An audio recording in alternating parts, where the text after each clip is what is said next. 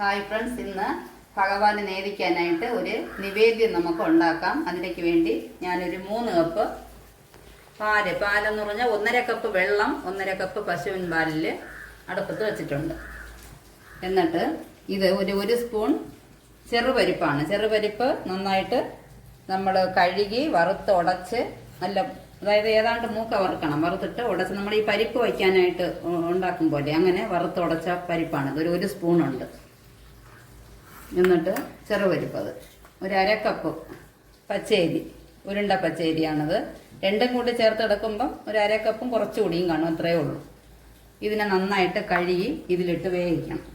നന്നായിട്ട് കുഴയുന്ന രീതിയിൽ വെന്ത് വരണം, നന്നായിട്ട് വേകണം. ആദ്യം നമുക്ക് വേവിച്ചെടുക്കാം.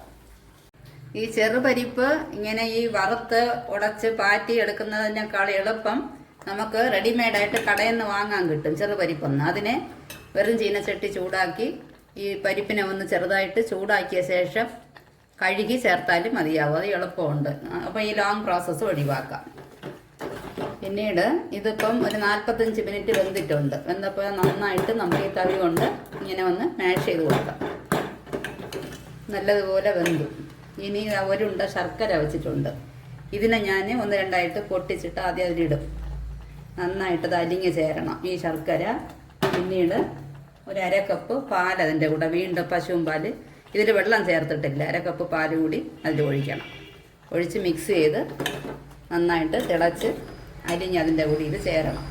ചേർന്ന ശേഷം പിന്നീട് നമുക്കിത് കടുക് വറുക്കണം. കടുക് വറുക്കണം എന്ന് പറഞ്ഞാൽ നെയ്യ് ഒഴിച്ചിട്ട് ഇത് കൊട്ട തേങ്ങയിൽ ഇത്രയും വേണ്ട, ഒരു ചെറിയ പീസ് ചെറുതായിട്ട് അരിഞ്ഞ് അതിലിട്ട് വറുത്ത് ഉണക്ക മുന്തിരി കുറച്ച് വെച്ചിട്ടുണ്ട്, 8 മുന്തിരി, അതും കൂടെ ഇട്ട് നമുക്ക് മൂപ്പിച്ച് ഇതിൽ ചേർക്കണം. ഇത് 2 സ്പൂൺ നെയ്യിൽ കൊട്ട തേങ്ങയും ഉണക്ക മുന്തിരിയും മൂപ്പിച്ചിട്ടുണ്ട്. ഒരു 5 ഏലക്ക പൊടിച്ചതാണിത്. തോട് വേണ്ട, ഇതിലോട്ടിടാം.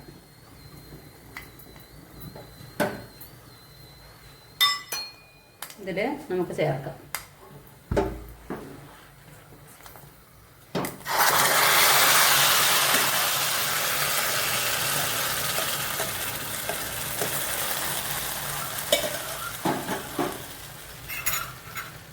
തുളസിപ്പൂ ഇടുക.